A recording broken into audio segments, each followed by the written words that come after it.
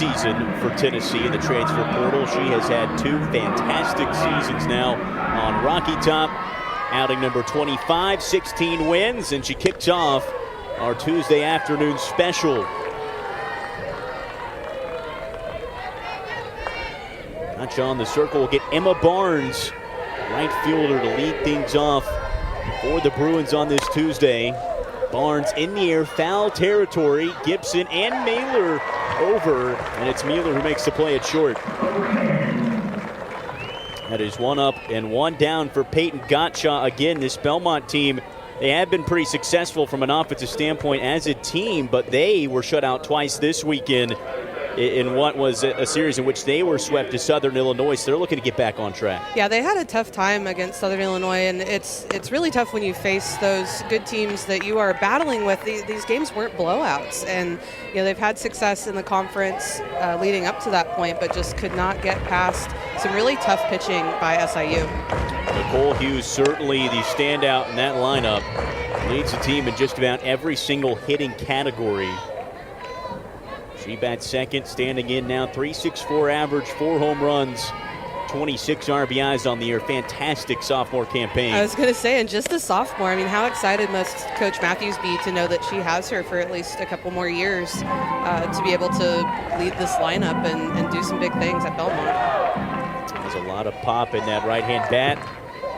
3 home runs as a freshman last season.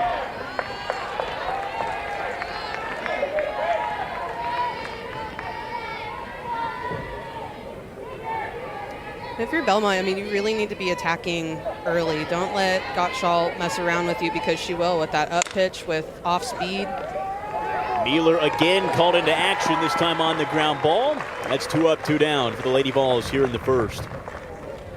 But that weak contact is huge. And really, if you take out a lot of the strikeouts, I mean, that is the majority of the outs. It's these weak ground balls. Her defense is really backing her up.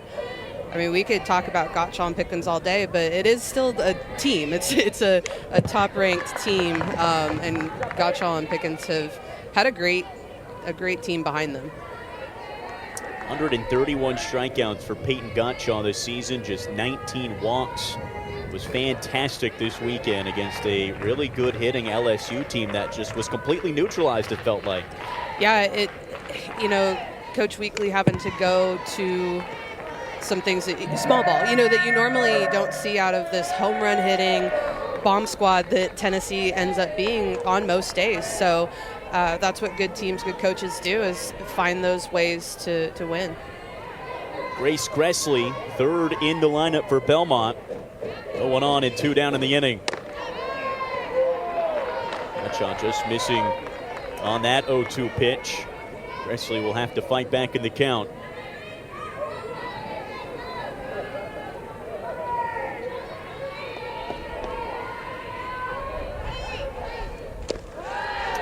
Is in the dirt. It'll be Julia Kutsoyanopoulos catching the balls and strikes for Peyton Gottschall. Typically has been at first base, was the primary catcher last year for Tennessee. Sophia Nugent gets the night off from behind the plate. I mean, she came in as an outfielder. She's been all over the place. You talk about a team player, and that's Julia Kutsoyanopoulos. She's came in as an outfielder, played first base, has been a catcher, a left-handed catcher at that. She's done such a great job of being all over the field. And, if you're a young player watching this, make sure you're a well-rounded softball player, because you never know with injuries or, what your team needs out of you, where you're going to end up being. And 2-2 from Gottschall just off the plate. Count has now run full. Good battle here from Grace Gressley. Starting catcher, .280 average, 22 RBIs in her graduate season.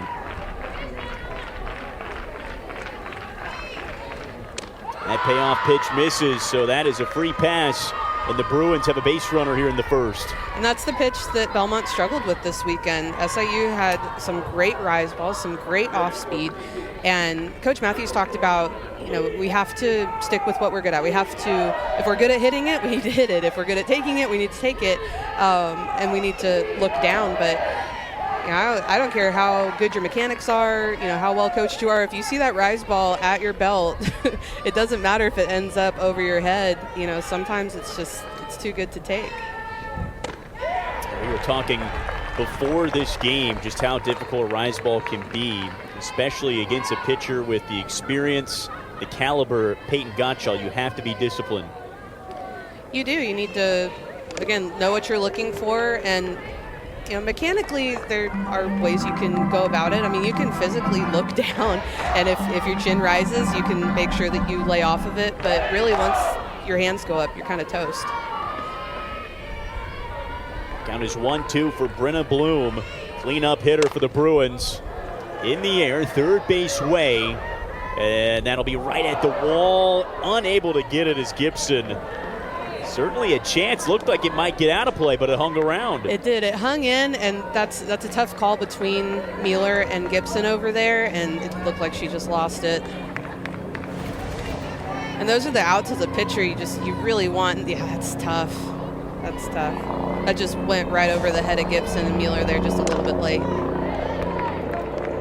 But again, as a pitcher, if you're giving up that weak contact, you want those outs in foul territory, those weak ground balls, and if you're not going to be striking everybody out, you've got to have those outs.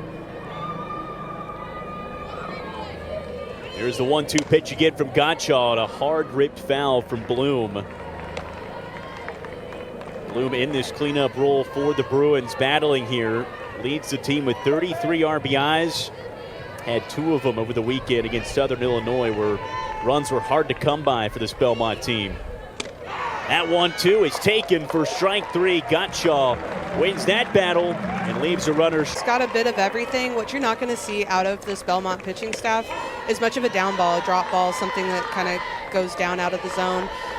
Pretty much all of them work side to side, have good rises, have good off speed, and they're going to need all those tools in their toolbox in order to keep this Tennessee offense off balance. 8th start on the year for Klesse.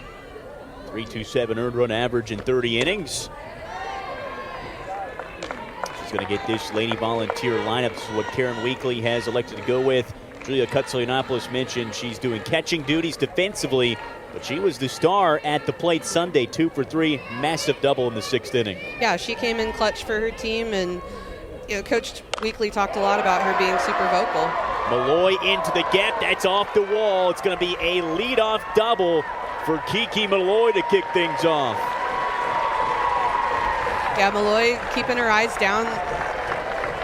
Klesse gave her a couple balls up in the zone, and Malloy laid off that one more so over the sweet spot of the plate.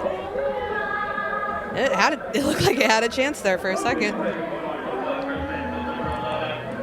Off the wall, and with the speed of Malloy, you saw her kind of maybe take a peek towards third, but she will take extra bases if she can. A lot of speed at second, just like that for Tennessee. Sets up Zeta Pooney nicely, the senior out of Carson, California. 31 RBIs on the year, leads the team with 10 home runs. Sits second in the lineup here this afternoon.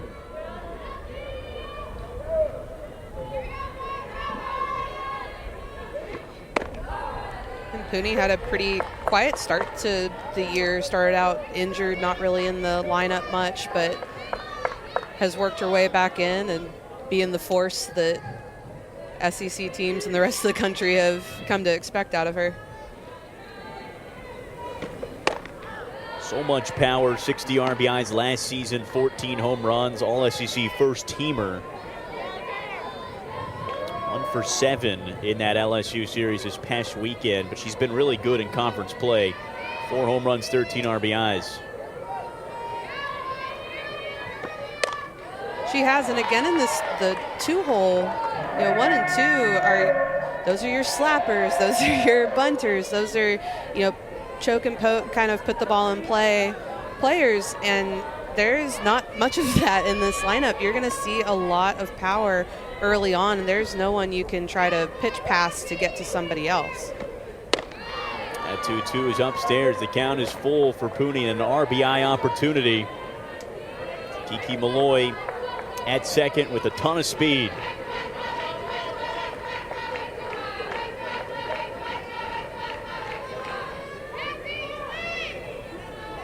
Klesse home. Pooney on the ground, and that's going to get into left. Base hit for Zeta Pooney. Malloy to third. Runners on the corners here in the first.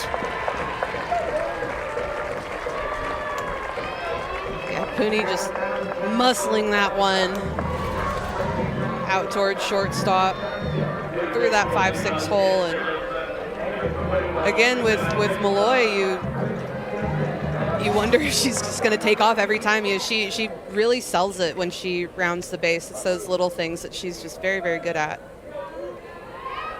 A situation where you don't want to risk it. No outs here in the inning, and you've got McKenna Gibson now standing in from the right side, swinging away first pitch. Gibson, big-time numbers in her junior season, 349, 7 homers, a team-high 36 RBIs. She's been so fun to watch. She's such a kind of lead by example, do as I do type of player, but her numbers are loud. Her bat is loud. She's done a great job of putting the ball in play for this Tennessee offense. Team best 16 RBIs in SEC play as well. Elevated her play in conference games where it means the most. This is a dangerous Tennessee lineup top to bottom, but look at that LSU series, only 6 runs. You had a stretch where you scored no runs on Saturday, then it took you to the 6th inning on Sunday, so there was a bit of a drought in that series. There was. The offense was hard to come by, but good teams find a way, and Tennessee found a way to win that series. Gibson, a hard hit on the ground. That's into left field. Malloy scores. Lady Volunteers on the board.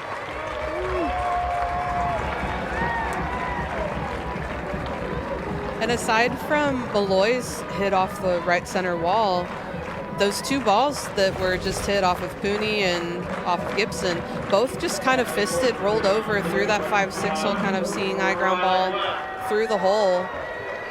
So manufacturing is what they ended up having to do versus LSU, and we're seeing a bit of that right now. 3 straight hits for this Tennessee lineup, 1, 2, 3 in the order. Their first trip up to the plate.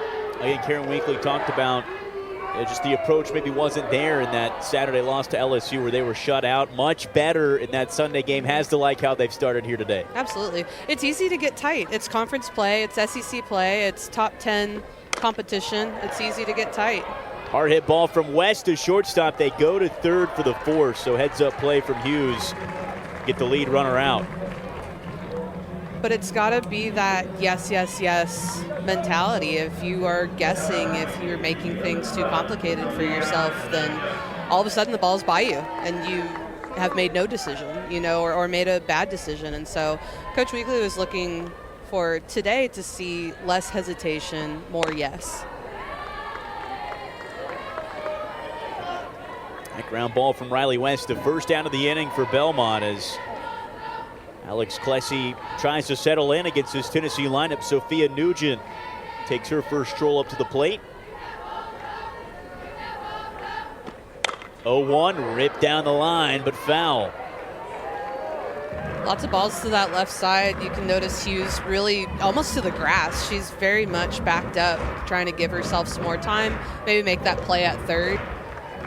But a lot of those balls have been fisted, pulled, rolled over to that side so far.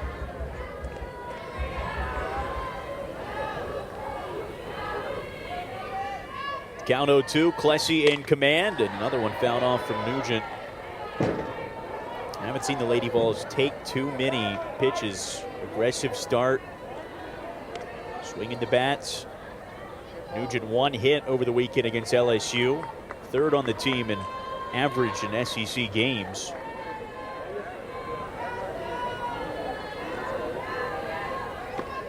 And you imagine that that's what Coach Weekly was looking for. Hey, even if you make a bad decision, make a decision, make it hard. You can't kind of be soft in these swings. It needs to be violent. These need to be violent motions. The pitcher is pitching a violent motion. The hitter needs to be hitting in such a way as well.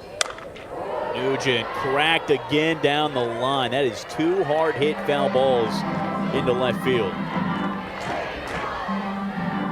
And we haven't seen much off speed out of Klesse so far. And you kind of wonder, if you're going to pitch her a couple of innings, are you saving it? Do you, is now the time to throw it?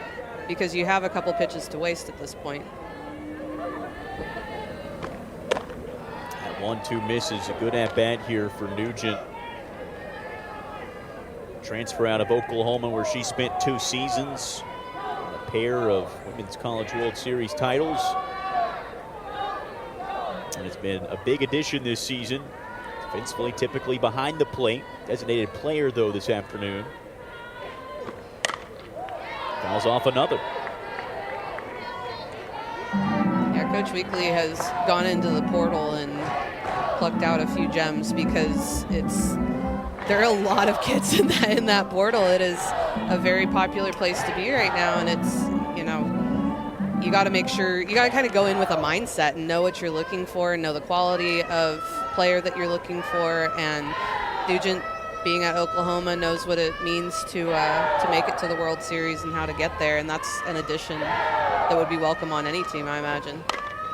2-2. This one looks to remain in play in foul territory. Ledbetter has it for out number 2.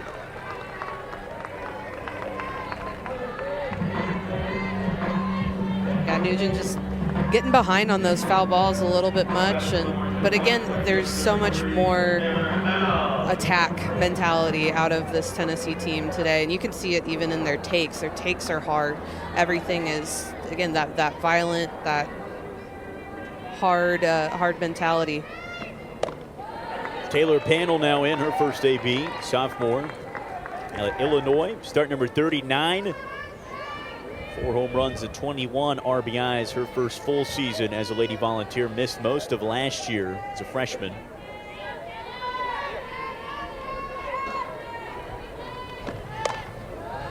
She'll quickly start down 0-2. It hasn't been easy for Klesse in the circle. Has had to deal with some battles. Got hit early, 1, 2, 3, all with a base hit.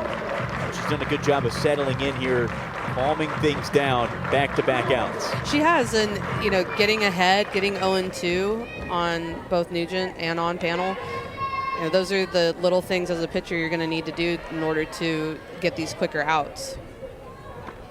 0-2, Panel, that's down the right field line and foul.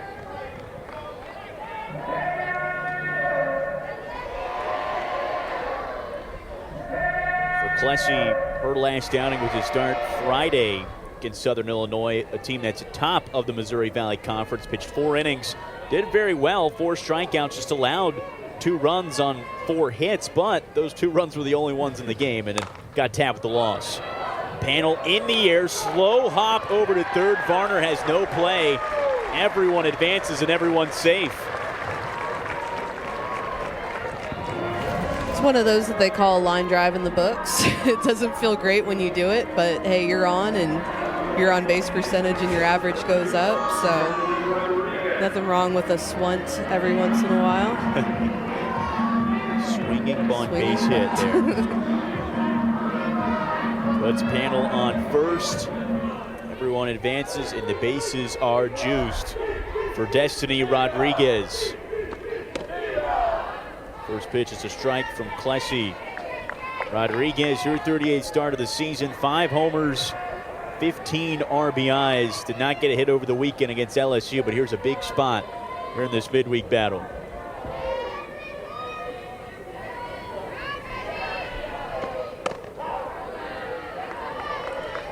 I like Klesse keeping it low in the zone, kind of like you said, like trying to find it here later in the inning, and again getting ahead. Those first pitch strikes are so crucial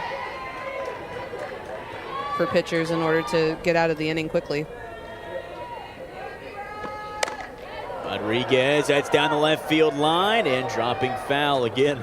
Another one close, hugging that line. Foul ball, strike 2.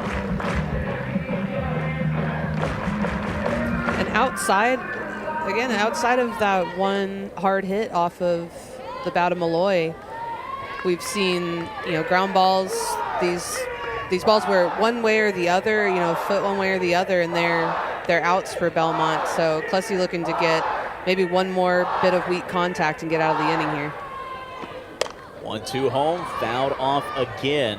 This Tennessee lineup, they have swung the bat here in inning number 1.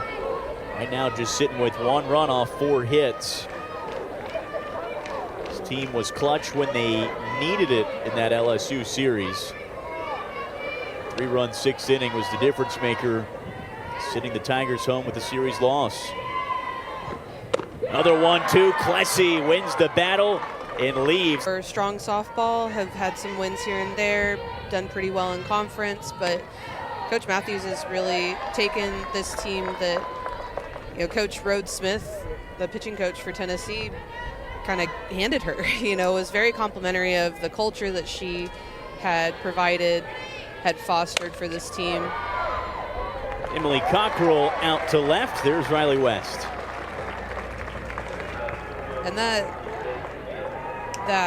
culture is hard to come by, hard to foster, hard to nurture. And Coach Matthews just really likes the way that her team talks to each other, how they work together, and makes for a winning season. It just feels like a good fit. Laura Matthews, a Nashville native, Franklin Road Academy, where she went to high school. Her sister was a graduate from Belmont. Takes over a program that Megan Rhodes Smith leaves to come to Tennessee, her alma mater, and has done a fantastic job. Back-to-back 29-plus win season. She's 2 away from a third. And again, this Belmont team now, for a 3rd straight year, they're in position to make a run for a postseason appearance in a regional, something they've never done. Slap down the left field line, just foul. As Bay Incio almost snuck in a hit. Yeah, she seems very comfortable there, very at home. And what a fun city to do it in, too.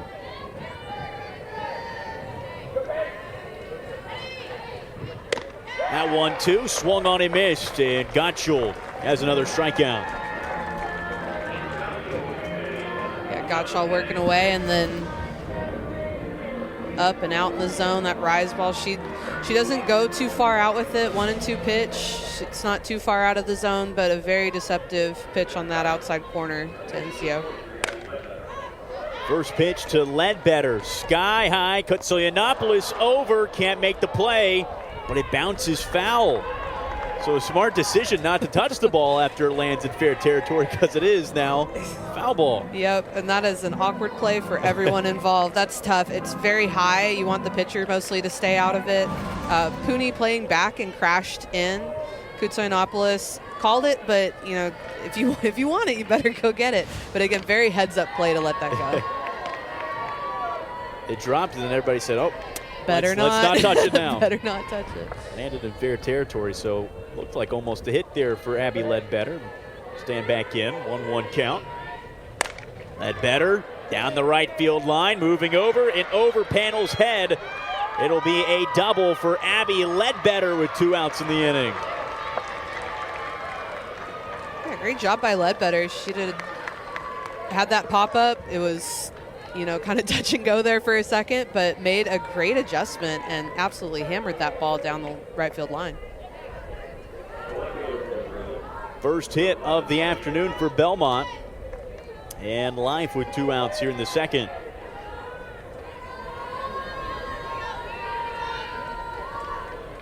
Daria Haney, an RBI opportunity from the left side, and a big cut on the first offering from Gottschall. Haney getting his start out in the left field. 234 hitter, just 4 RBIs on the year.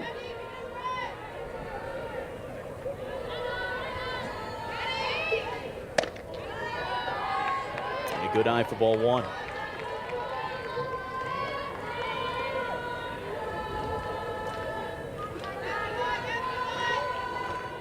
Start number 15 for Haney, the sophomore, Virginia native. No hits over the weekend against Southern Illinois. This one down the left field line. West on the move and a dive. Out number 3. What a play. In better shape first time in a while. Absolutely. She made some real noise with husband Ralph, and they enjoyed their time coaching together, but she is very much making noise as solo head coach and has surrounded herself with good assistants, good players, and have really made a solid Tennessee team. Women's College World Series appearance last season in OKC. It was the 8th in program history, and You know, sometimes when you have seasons as good as the one this Tennessee team had last season, it can be hard to replicate, but you keep a lot of pieces. You add a bit more through the portal, bring in some new freshmen as well to contribute. This team is right back in that same situation. They can accomplish just as much, if not more, than they did last year. Right. She said as much. You know, it's hard to not compare to the previous year with so many returners, with so many pieces coming back. But in reality, each team is new. You never go back with the same team. So this team has to find its own identity. Kotsoyanopoulos kick off the bottom of the second. Walk to first. Base runner for Tennessee. And again, that is where Klesse needs to kind of tighten up. She started off with some balls, and that makes it tough to come back from. Leadoff walk, leadoff hit by pitch, you know, even a leadoff hit. That's where Tennessee is going to end up capitalizing.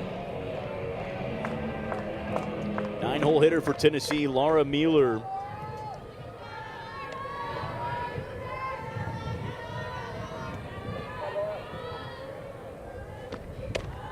First pitch, Mueller will lay off. Junior from Chapel Hill, Tennessee. Transfer over from MTSU. Did not get a hit in the LSU series, but good numbers this year. 300 hitter, 7 home runs, 23 RBIs. Yeah, she really came into her own, started hitting home runs, started to kind of find her place on the defense and on the offensive side of things. And she had a fantastic year last year with MTSU, top of all the statistical categories, but is transferred right along to this Tennessee team. That 1-1 off the end of the bat, right back to Klesse. Throw to first in time. It does advance the runner to second. That ball had a lot of spin on it. That's really tough as a pitcher, you know, after you get done with that underhand motion to field that ball, and you could see the way that it came off. Umpires taking a look-see because I had some spin on it. And probably a very good choice to go to first with that. That was an easy ball to make a mistake on. Back to the top of this order, Kiki Malloy led off last inning with a double and scored the lone run for Tennessee.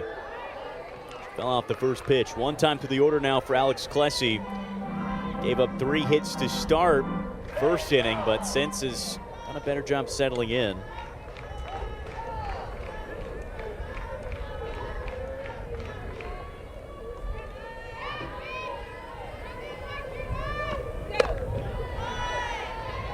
Malloy shrugs off that pitch, 1-1. Well, you could hear her say no. And that is kind of what Coach Weekly was talking about. You know, have that aggressive, selective mentality. Have that yes, yes, yes mentality. And then, you know, if you need to physically tell yourself not to swing at the pitch, do so.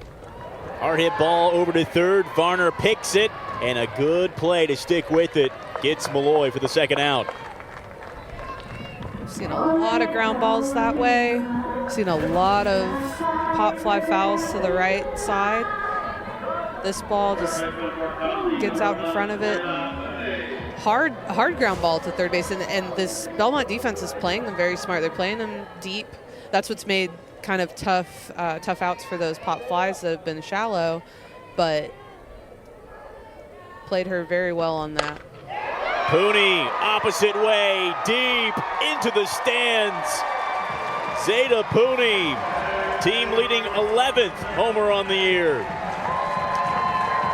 It looked like she barely touched that ball. That was such an efficient, beautiful swing. Pooney with the power in the 2-hole. Beautiful thing to watch. Headed to the top deck of those stands out in right field. Brings in Kotsoyanopoulos with her. Lady Vols by 3 runs now. This ball up and out, just too much plate. Pooney just barrels it up over that right field bleacher. Second hit for Zeta Pooney. Again, her 11th home run leads this team. She muscled that one over. Tennessee capitalizing with 2 outs.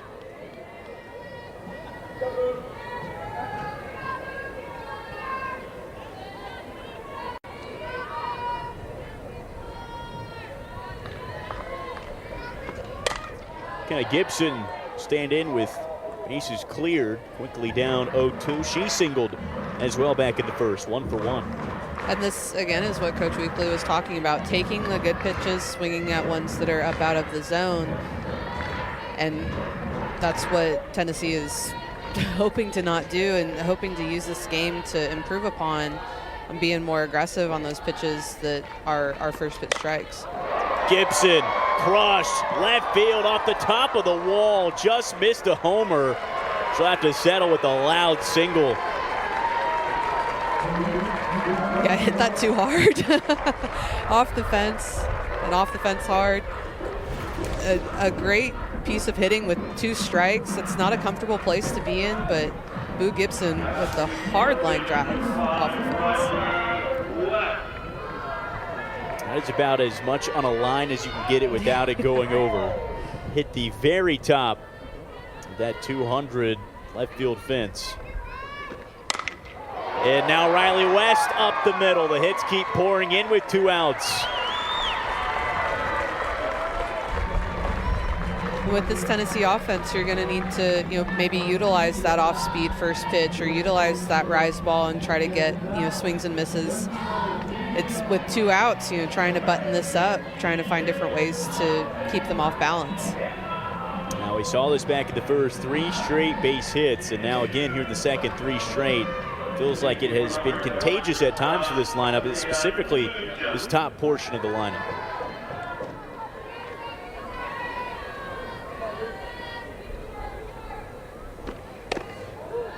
Can Sophia Nugent add on with 2 outs? 3 straight hits with 2 dots on the board. Nugent is 0 for 1. Pop out back in the first. And Nugent was one of those fouling those balls off to the right-hand side, just catching it a little bit deep, maybe a little bit too angled with her barrel. But the second time through the lineup, Tennessee has made adjustments, and it shows. Those balls that were just barely squeaking by hard on the ground or have turned into line drives pretty quick. In Tennessee, as an offense, just 6 runs all weekend in the series win against LSU. Hit below 200 in the average column as a team. On the ground, Nugent, that's picked from Varner, steps on her own bag for out number 3. Name for herself nationally with the opportunities that she's gotten and with numbers like that. Yeah, 3 stellar seasons with Bowling Green. MAC Pitcher of the Year, her final season there, and then you come to this program where, as you mentioned, yeah, they're a stud already in Ashley Rogers, and you bring in a Carlin Pickens. It was a very crowded pitching room last season, but those 3 were a 3-headed monster, and then now pair her up with Carlin this year, it's still just as potent. It is, and it's become more prevalent in softball these days to pitch with more of a circuit, more of that 1-2 punch, or 3 pitchers that are going to get a lot of innings. You hope to pitch 1 each game of the series. Doesn't always work out that way, but that's what they hope for. And last year you got a lot of that. You had Rogers pitch the Friday game, you had Gottschall and Pickens kind of pick up the next one, and then you would see Rogers again on Sunday. But just being a little bit more creative this year with using both Gottschall and Pickens for the majority of the innings. Gottschall was fantastic Friday night start in the opener against LSU. Carried a perfect game into the 7th inning. Kaylee Varner, the 9-hole hitter, fouls one away. She'll battle 2-2, but it was funny post-game. I asked Peyton Gottschall, hey, do you notice you have a perfect game or not? She's like, no, I had no idea. I want to know who said it. Yeah. I want to know who said it, because somebody said something, and that's that's how that ended. Can't mention it. No. Can't mention it.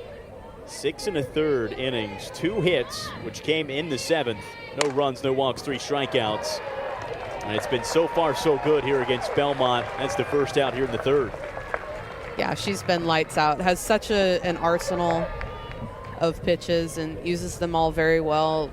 Coach Rhodes Smith has been a fantastic mentor for this pitching staff and understands what it means to play at the highest level and get to the College World Series. And the fun thing for Karen Weekly and this staff is getting to mix and match Peyton Gottschall and Carlin Pickens. It had been Carlin Pickens most Friday nights, and then Karen Weekly switched it up on LSU, said, no, we're going to go with Peyton on Friday night, and it worked, obviously. You know, you put together that scouting report, and you feel really good about what's going on, and then a change happens, and you know, if you're the LSU offense, you're like, hey, I was really prepping for this one pitcher. I felt really good about it, and all of a sudden Tennessee switches it up on you. Barnes off the wall in right center.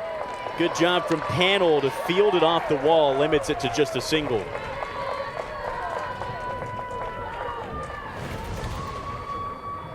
Barnes that ball on the inner part of the plate. That's a good location by Gottschall, right at the knees, but Barnes does a better job of getting to that ball and putting it right in right center field.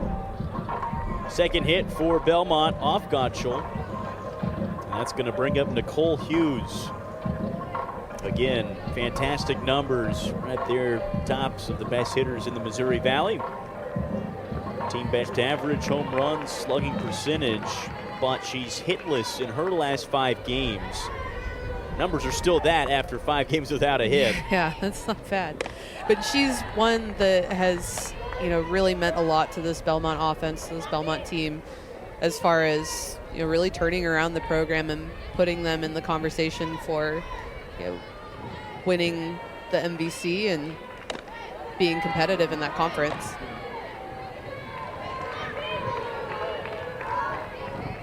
Hughes is 0 for 1. Round out back in the first.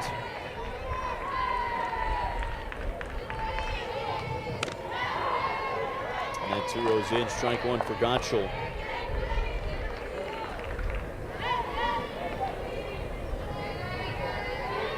Hughes has jumped to 270 average as a freshman into 364 her sophomore year. Great progression.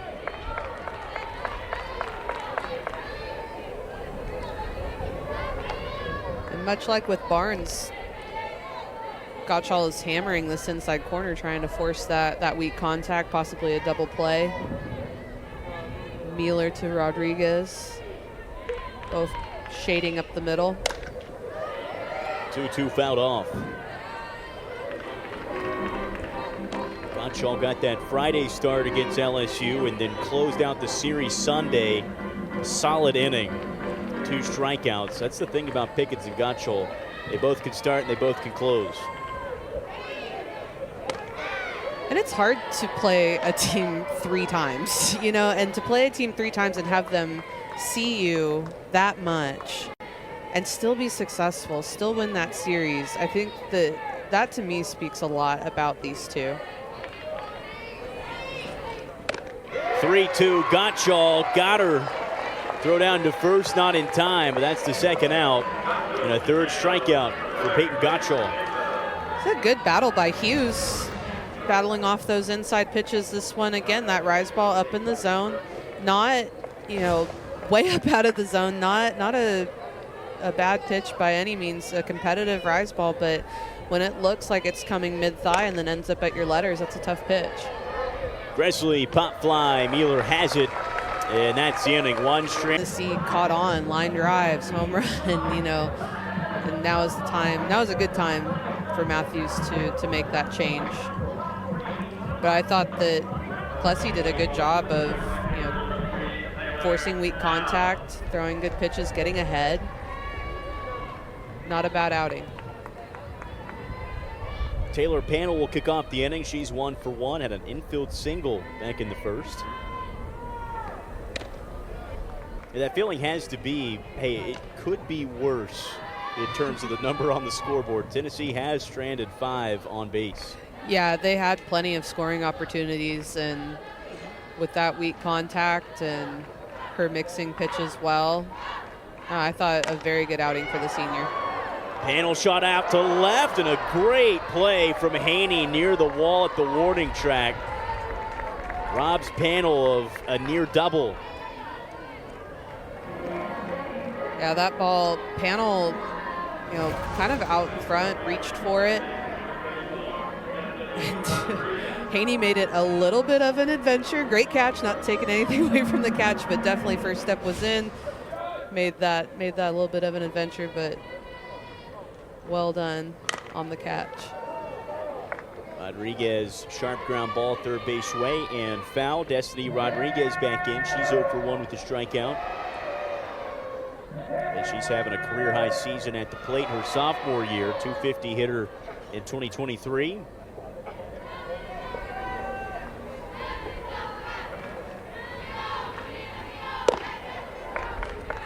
She's been one that's been fun to watch come into her own with the exit of Lair Boutte, taking over that second base spot, and did so when Lair was injured last year, but taking over every day this year.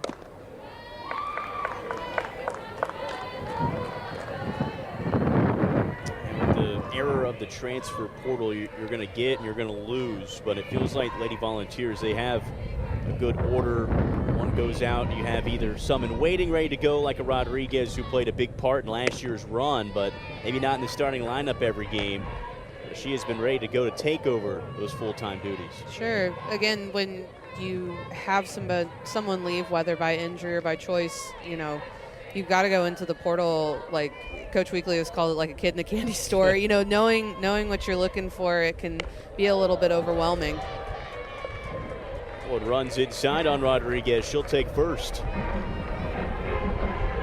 But yeah, that transfer portal has been both a terrible and a wonderful place for a lot of these Power 5 teams. Screwball runs in just a little tight. And these free bases, again, hit by pitch, walks, what have you. And Tennessee will look to capitalize on that. Julia Kutsoyanopoulos back in. She walked to start the second inning and then scored on the Zeta Puni home run. Again, was clutch to secure that series win against LSU on Sunday. 2 RBI double in the 6th inning that put the Lady Vols on the board. Yeah, she was clutch when her team needed her. Has taken on a little bit more of a vocal role lately. Has been one that tends to lead by example, but Coach Weekly said after that Mississippi State game where she did not love what went on, let her team know about it. And, for those that don't speak up much and then do, you tend to listen. And her team needed to hear a different voice than those that typically lead by being vocal. Just a high energy player, and you saw the emotion when she got that 2 RBI double. It sparked a 3-run 6th inning. Again, Tennessee's offense, they hadn't scored a run all Saturday and all first 5 innings of Sunday. It felt like that breakthrough the team needed to secure that series.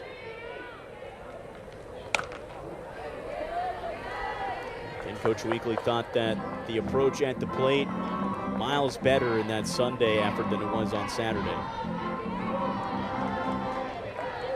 Steph, you're playing that top 10 competition and you want to do well. That's really all it comes down to, and you can't be that result based. You've got to make sure that you're just doing what your team needs you to do, get on base. When you make it too complicated, you start guessing at pitches, that's where you run into trouble. Counts 2-2. Giles fires home. Kutsoyanopoulos down the line. That drops in fair. Rodriguez will hold up at second. 2 aboard for Tennessee. Yeah, Kutsoyanopoulos having to be disciplined, trying to wait a little bit more. This one, it looked like got off the handle of her bat and just kind of fisted it out to that left field spot.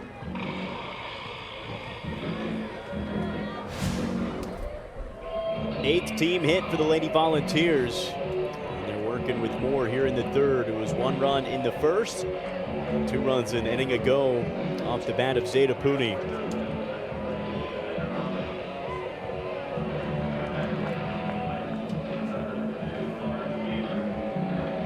And Allen will take over at second.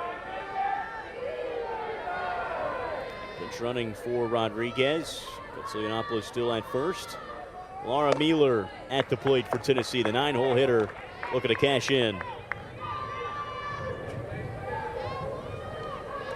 Yeah, last at bat had that spinny ground ball to Klesse. Looking to make harder contact here. Mueller in the air, drops in, another base hit. Here comes Allen rounding third. She's home. RBI for Laura Mueller.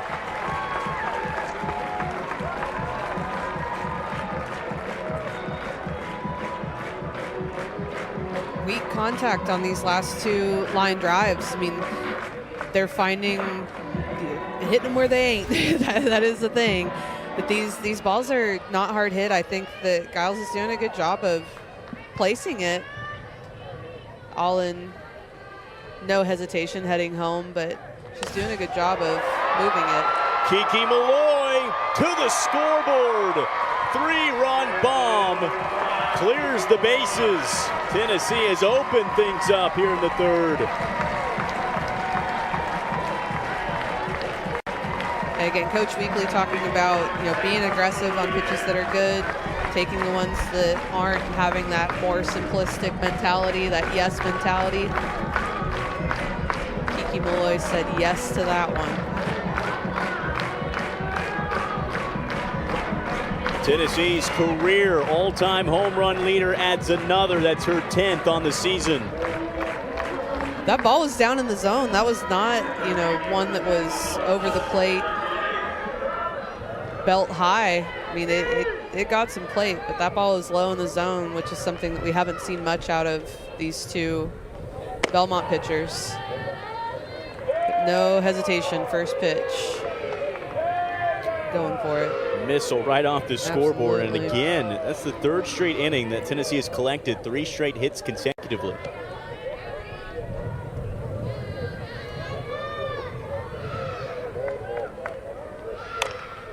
Now Zeta Pooney, who was the first home run hitter before Malloy, back in the second. Base is empty, still just 1 down here in the third. But again, if I'm the Belmont coaching staff, I'm proud of what you're looking at right here. 0-2 against, top 5 competition. And getting ahead and mixing pitches, lots of foul balls. And some hard contact, sure, but lots of weak contact balls that are just kind of falling that you would hope on any other day would find a defender's glove.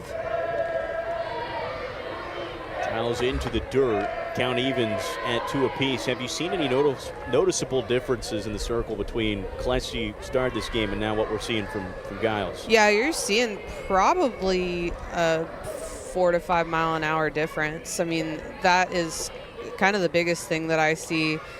And with Katsilianopoulos, you saw her pretty out in front. You see Pooney pretty out in front there.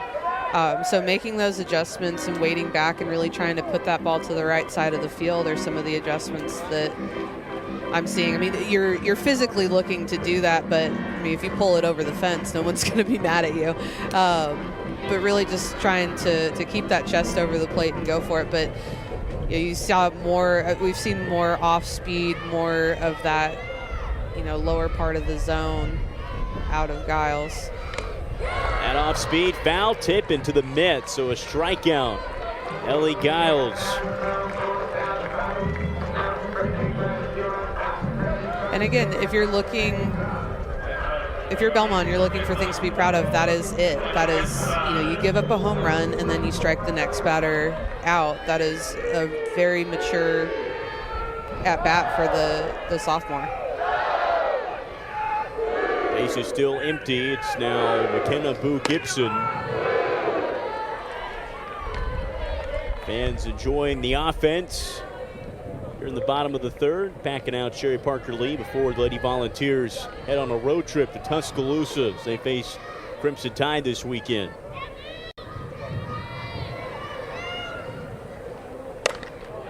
Gibson tries to wait on the off speed. That's a pop fly and mitted from Cockrell to end the inning. But the eyes is fourth in her conference. She'll try to ignite a spark here for this Bruins team. Yeah, they need it. They need to get one of these first couple runners on, squeak something by, just ignite something. You know, this hitting is contagious. If you can put something by somebody and get things going, you hope that the next person behind you can do that as well. Peyton Gottschall now 1.5 times through this Belmont lineup. Michelle, what have you seen from her, things that she has done well here this afternoon? I really like that rise ball lower in the zone. You know, like I said, we're starting at the mid-thigh and coming up to the letters or the armpits. That is a really hard pitch to hit. We haven't seen much off speed. She hasn't really seemed to have needed it, but she is working that screwball and the curveball on the outside part of the plate for the righties.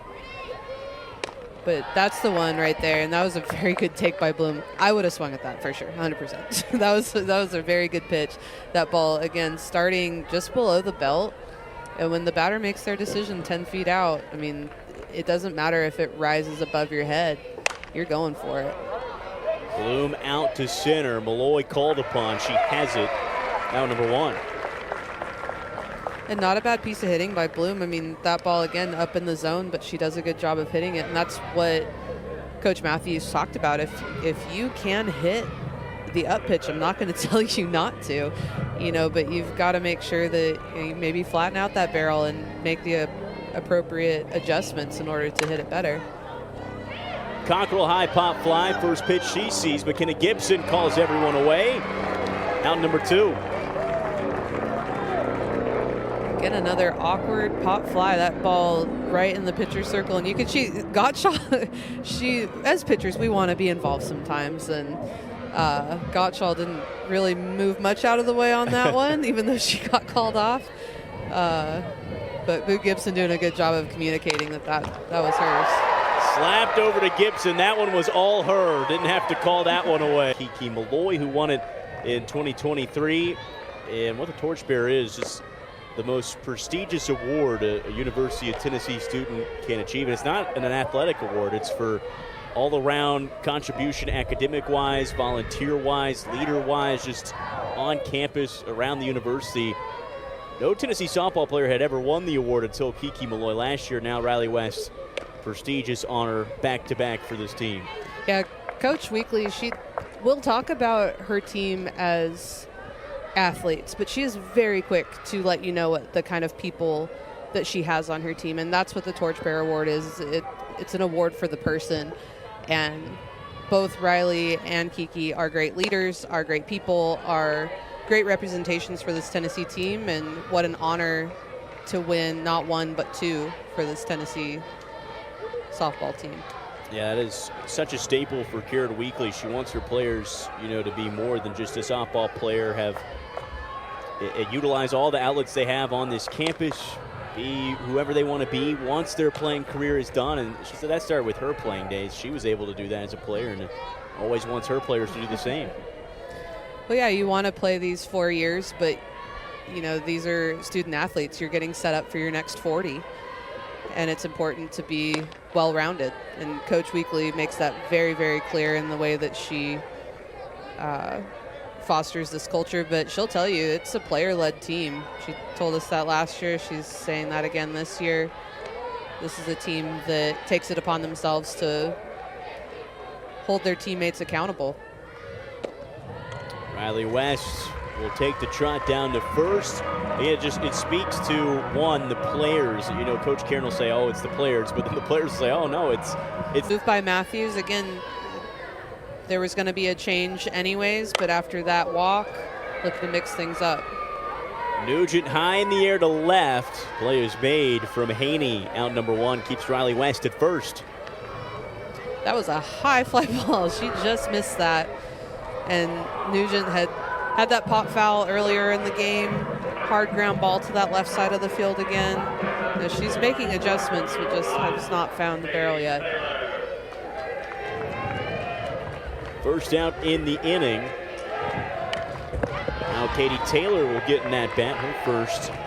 She She takes over Taylor Panel's spot in right field.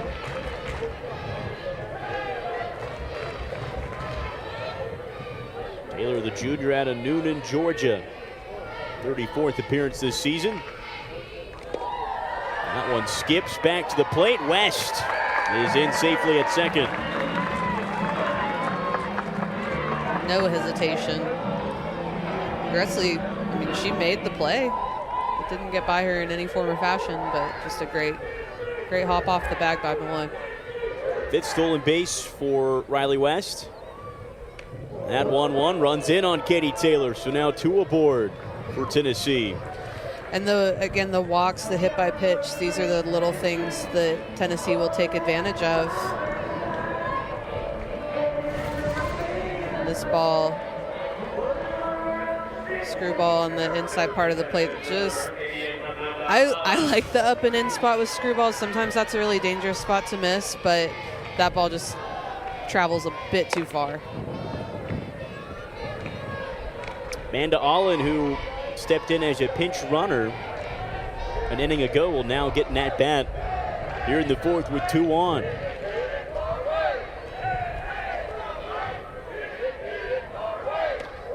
Allen swings through. Now 1-1. Allen, the sophomore, primarily serving as the team's pinch runner, especially in conference play, one of the first off the bench with her speed. Now gets a chance to swing the bat. She is super fast and looking to power slap here. She's got that split grip. She's swinging away. Had a little bit of a walk. Counts 1-2. Allen takes one upstairs.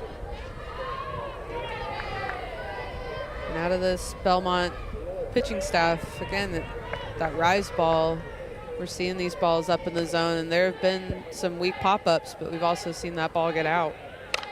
Allen slaps one left side on the run. Hughes has it. Tough play down the line. Yeah, great run by Hughes and a well-placed ball by Allen, especially deep in the count like that. But Hughes with a good jump, great angle. And West having to scamper back to second. Katsuyanopolis, another trip to the plate. She has reached both times and has scored 2 runs. Walked in the second and then a single in the third. Had 2 hits on Sunday, looking for another multi-hit performance.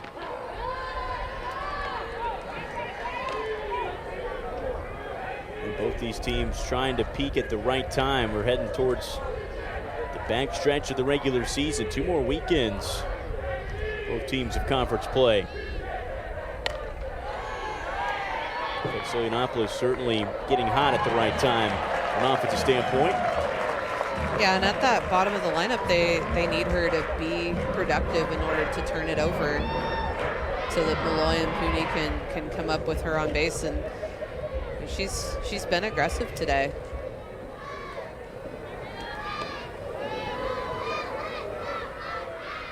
One, two, into the mitt. Strike 3 swinging as Cruikshank.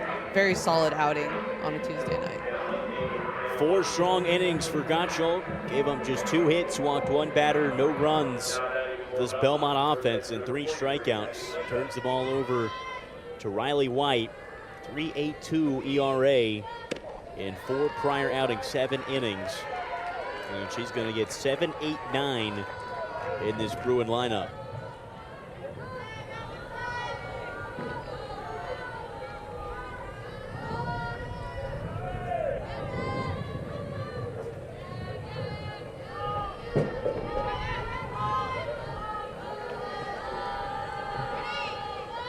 From White, and that's in there, her first strike. White, last outing, her lone SEC appearance against Mississippi State. It was that opening series loss they took to the Bulldogs. 1 inning, gave up 2 hits, 2 runs, just 1 of them earned. Yeah, it's tough.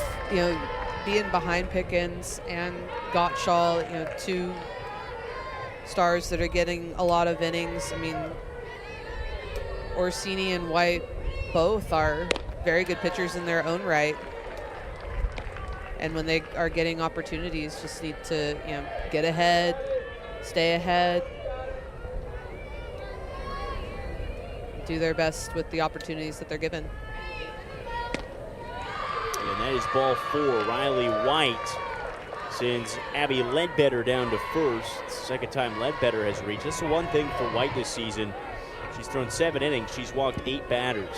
No strikeouts yet. Yeah, those balls, they're down in the zone. They're good misses, but they're just not quite as deceptive as I think she wants them to be. Not quite as believable.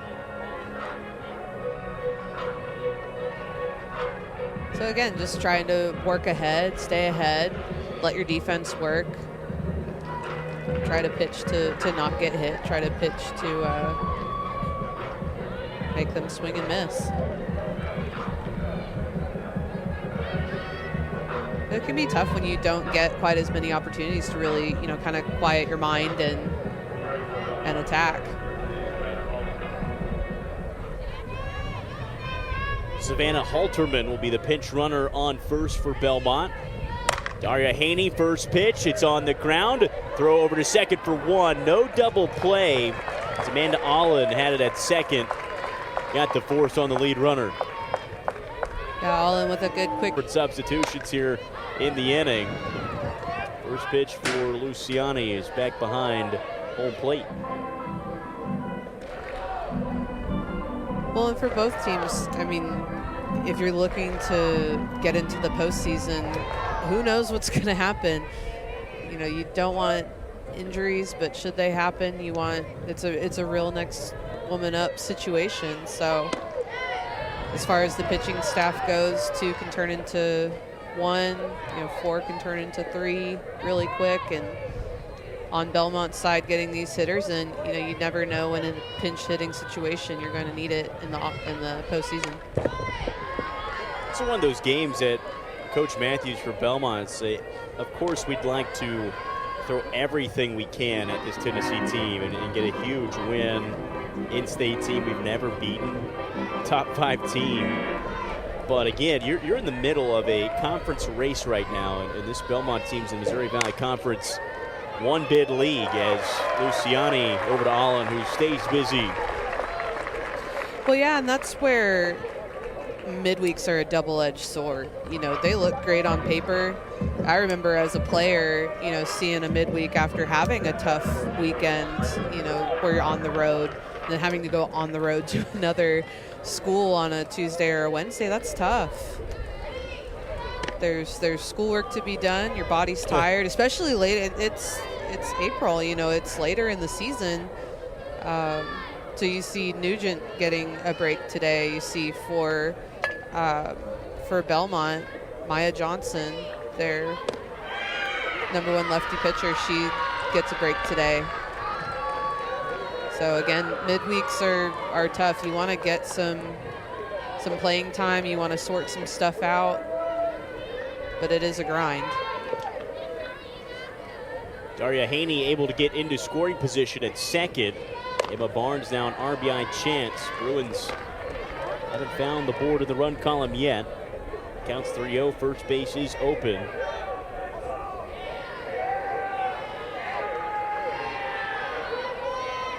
Belmont will be back home on Friday against Bradley. Next series in conference play. And Belmont tied for 3rd in the Missouri Valley. Bradley just a game behind them. Yeah, it's an exciting time for Belmont to be in the conversation for top spot in that conference.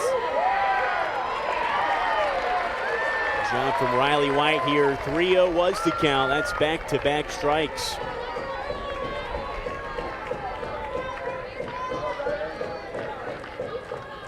Payoff pitch.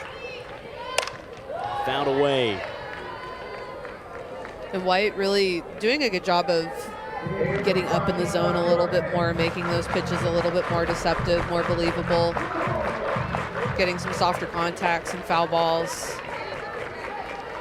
she has done well to adjust. 3-2 again. Barnes slapped out left side. Leach on the run. She can't make the play. One run home is Haney. Belmont on the board. Well, that ball just kind of carried in a little bit on Leach, and Leach patting her chest saying, "My bad." That was an out that should have been had. Again, that ball kind of carried over to the line a little bit. Wind doesn't seem too much of a factor today. It is blowing a bit, but just kind of overplayed that ball, working her way back. Burns now on the move to third as that ball goes off Kirkpatrick's glove. And now Kirkpatrick will just make a quick visit out to the circle and have a word with her pitcher. Well, just like hitting can be contagious, balls popping out of the glove can be contagious as well. It's important to stop things like Kirkpatrick did there and work to stop the snowball effect. It's Nicole Hughes looking for her first hit here this afternoon. She's 0 for 2 and leads this team in average home runs and RBIs. And she has an RBI chance, runner on third. 0-2.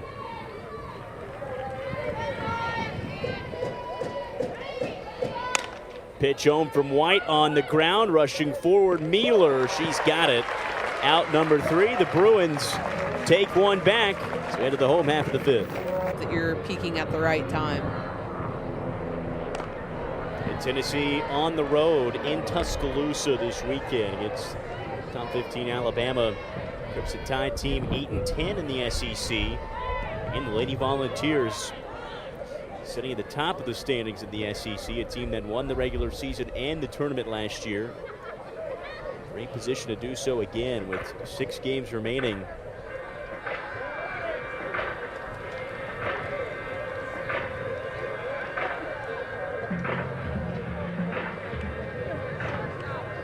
Coach Karen Weekly making sure we get the substitutions correct. That's why it's important to surround yourself with people that are heads up as well.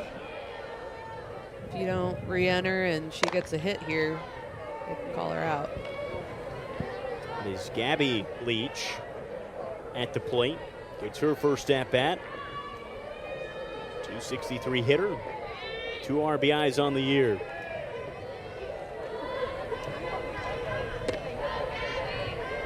She'll shrug that one off. 2-1 count. Leach did a fantastic job and a pair of pinch hitting spots against LSU.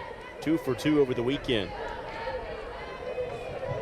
Yeah, when your number's called, it's time to perform, and there may be opportunities in the tournament or in SEC play where, you might not think that you're going to get in, but the second that you think that you're not, boom, find yourself in the batter's box. So important to stay ready. Leach tried to bunt. Count now 2-2. Fouls one off. Cruikshank back in the circle for Belmont. Pitched a solid inning in the 4th. Kept Tennessee off the board for the first time.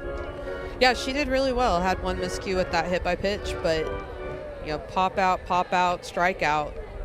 Not a bad inning. 2-2. Leach goes around. Strike 3. That was pretty dirty. That was a great changeup by Cruikshanks. Really well done, well sold. This ball palmed up, popped out, strikeout. 1 up, 1 down for Tennessee here in the 5th. Kiki Malloy back in, wasted no time. Her last AB in the 3rd. It was a 3-run homer.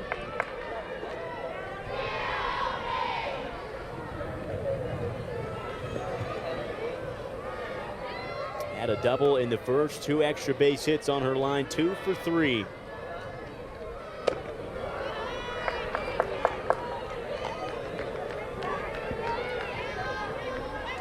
Malloy missed some time at Georgia home series, out with an ankle injury. Has been good here today. Again, just still trying to get back to 100%. Malloy, opposite way, dropping quickly, and it lands off the glove of Cockrell. Malloy's got so much speed, she gets the second just like that. It's tough out there in the Bermuda Triangle where it's just no man's land. It takes communication, it takes hustle to go get to that ball, and Cockrell's close. Cockrell's close, you gotta commit to it.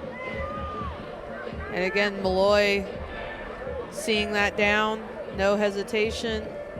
That tag high on the body. Pretty bang bang, but again, tagged her right on the hip there. Looks like they're going to take a look at that play at second. A little closer upon second look. The crew is going to take a peek for themselves, see if Malloy was in safely or not. Ruling on the field is safe. And the throw, I venture to say probably beat her, but again, with the high tag, that's what probably makes it on the field the safe ruling. Let's take another look.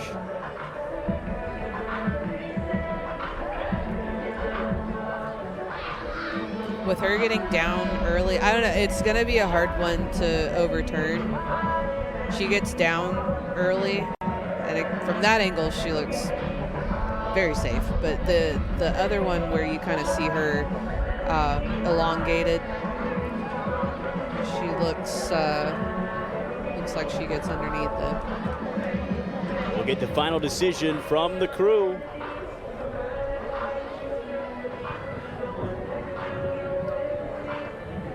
And it does stand safe as Malloy gets in before the tag. Runner in scoring position for the Lady Vols with one out in the fifth. Yeah, Malloy, again, very good slide. Starts early, gets herself low. And again, I do believe the ball beat her, but the tag was too high. Zeta Pooney back in. She's 2 for 3.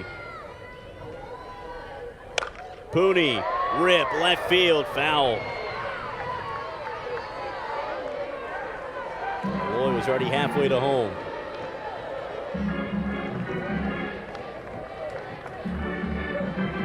Pooney's been extra hungry for that hard hit today. Had that home run in the second inning and swinging it hard, just like Coach Weekly had talked about before the game today, trying to be aggressive.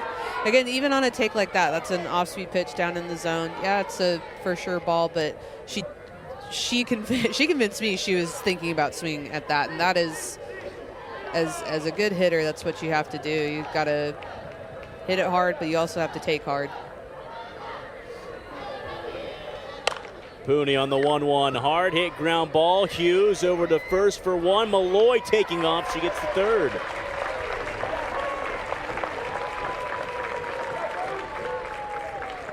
That speed is hard to beat, and Hughes did a great job. I mean, she kept her there close to the bag as long as she possibly could, but Malloy, no hesitation going after its third.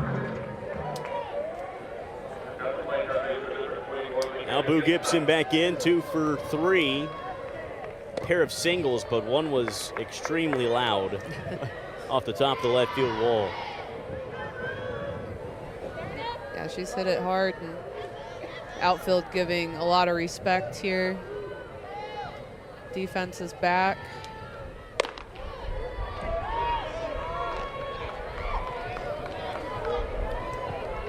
Again, you can pitch around Boo, but you have Riley West up next to deal with it with the base open. You can play around a little bit, but there's just not really anybody to pitch around to in order to get to. Rio Star, do you give her the green light in this situation? I love a 3-0 hit. It's hard to it's hard to tell her to take, but she probably will. Oh. There's the 3-0 down the line. It's gone if it's fair. Oh, it's foul. Just barely.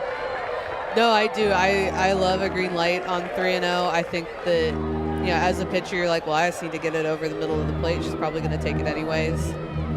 But, that's a mature at bat to trust yourself in order to swing at that 3-0 pitch. 3-1. Gibson underneath it, ranging over to make the play is Haney. That's the inning. Back-to-back scoreless frames for Cruikshanks. We head to the city. Parker Lee this season, and then several seasons. You can add them up. Record is astounding. Won 21 their last 23 in this building. 38-6 over the last 2 seasons.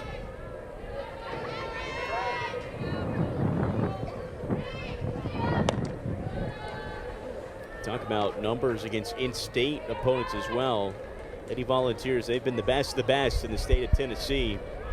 144 wins, 4 losses against in-state opponents. Belmont has never beaten this Tennessee team.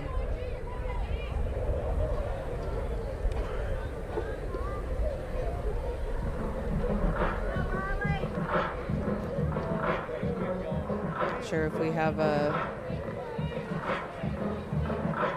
something about the pitch clock.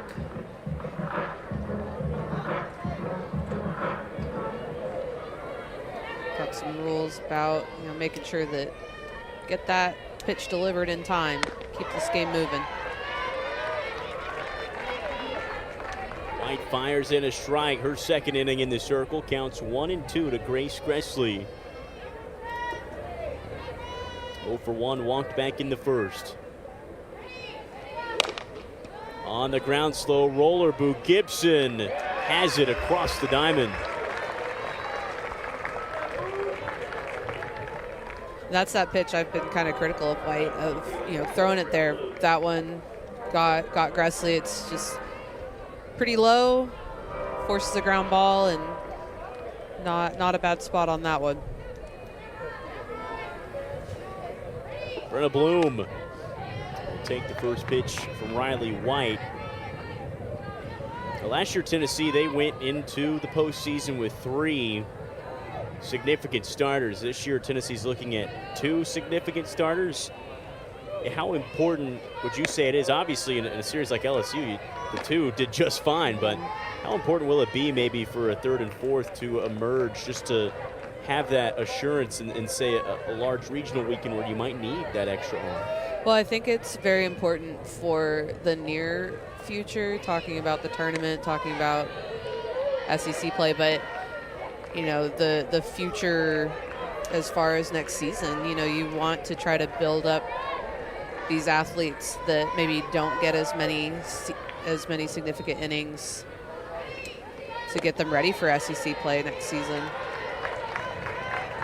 And Coach Weekly does about her 2 main starters getting not so much more mechanical help, but more nutrition, more hydration, more sleep, making sure that they are the best that they can be. And that's something that these other pitchers can take a note from as well.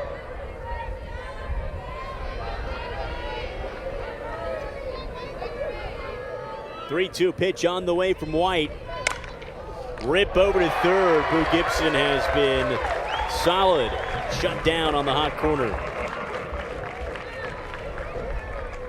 Yeah, this ball, Bloom gets out in front of, around just a bit.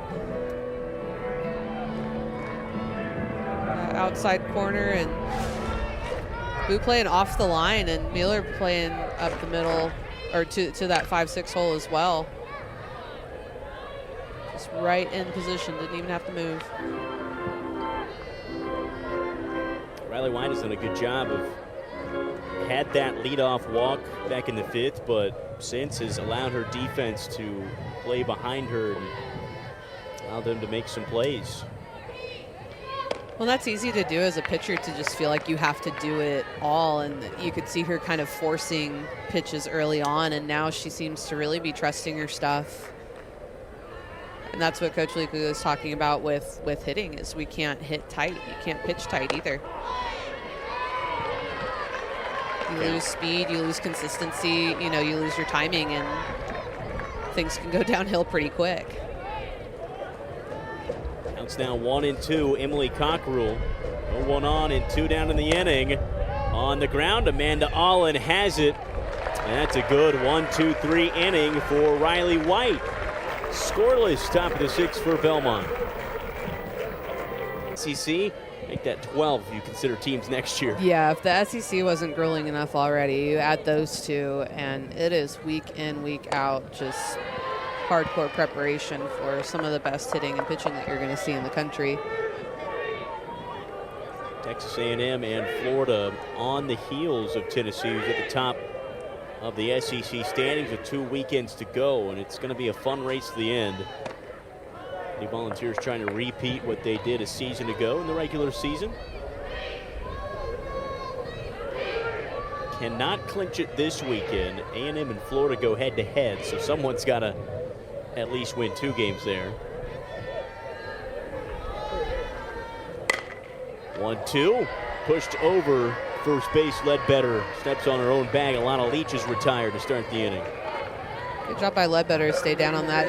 Even though she's coming down the line at you, from that left-handed box, it can be easy to kind of pull up and feel that speed, kind of coming at you. So great job by Ledbetter to stay down.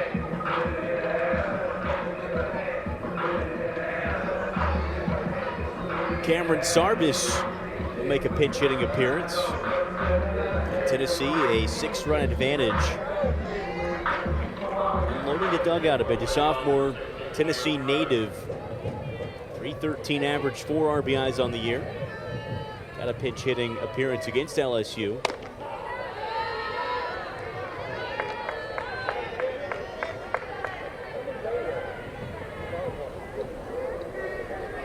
Five hits and 16 at-bats for her second season here at Tennessee.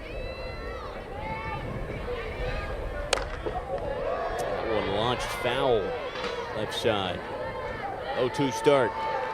Raina Cruikshanks has done a fantastic job quieting this Tennessee offense. This team had 7 runs in 3 innings. Cruikshanks has come in and kept them scoreless through 2 1/3. She has. She's done a very good job of working that off-speed pitch. I mean, that's what I am most impressed with out of her, keeping that ball down in the zone and working her off-speed. Makes it hard to hit.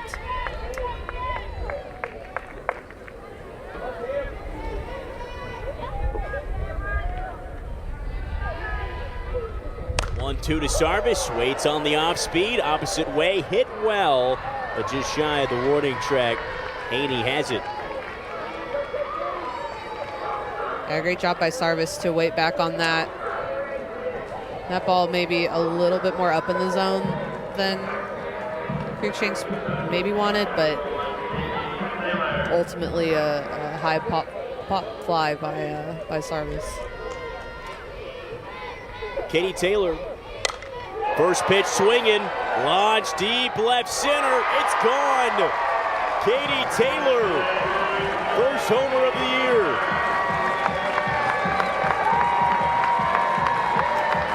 Great for Katie Taylor, stepping up, playing a role, and making some noise.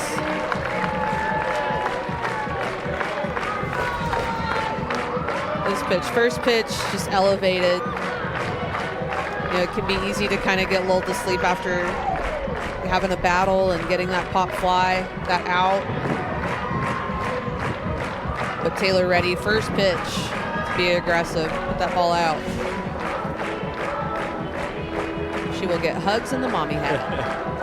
A third home run for the Lady Vols here in this midweek battle. They've extended their lead to 7 runs now.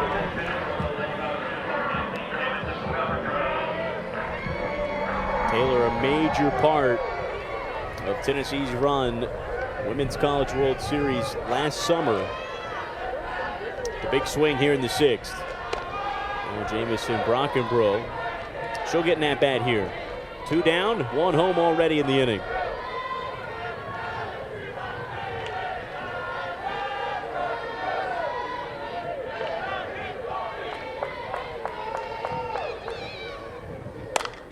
Hockenbrough, that's a rip. Dead center. It's gone two.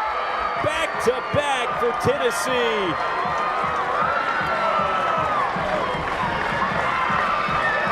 Yeah, if you're Karen Weekly, you have to be so excited for